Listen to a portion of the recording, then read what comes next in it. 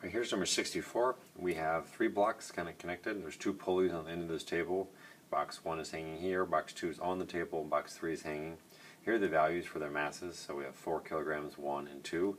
So if you think about that this is 4 kilograms and this is 2 kilograms, you're going to anticipate the system accelerating in that direction. So we'll call that direction positive. Okay? So that would mean that down is positive here, left is positive here, and up is positive. And then obviously everything working against that is going to be negative. So if you look at this system, again, when you have a connected boxes here, you're really going to look at the system as a whole first. What's making the system move? Well, M1G is. M1G is going to make it move.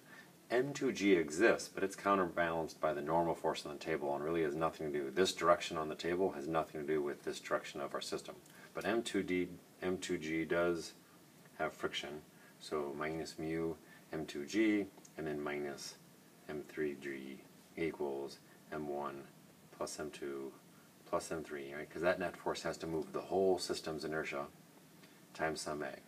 Now, if M1G wasn't bigger than these two forces, well then it wouldn't move, right? M1 is clearly bigger than M3, so M1G is bigger than M3G, but if the friction force is big enough, and these two forces are bigger than this force, then there's no acceleration. In this case, there is an acceleration when you plug all the given values in. Again, at this point, you know all the values. You get an acceleration of 2.31 meters per second squared. And then they want to look at the tension. Again, we'll call this like TL, tension on the left, and tension on the right. Those are separate ropes, so they probably have different tensions. So if you just look at M1,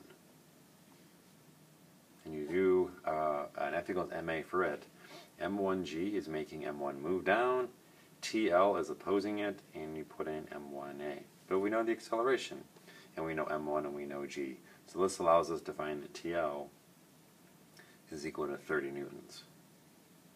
If you just look at M3, the other hanging box, and again, who's winning the war here? What's making M3 move? Well, TR is. So TR is positive in this case. M3G is negative, and you get M3A. Again, you're just looking at that box. See the difference between here? This tension I subtracted, well, because it was hurting M1G moving down. That's the direction of the acceleration. And over here, TR was the thing making it accelerate up, and so MG was the one that was negative. Don't mix those up. And in this case, we know everything again, and so TR equals 24.2. Hopefully you can notice that the left tension has to be greater than the right tension, because if we would have looked at box 2, well, box 2 is accelerating left. So the left has to be greater than the right, and we have that value.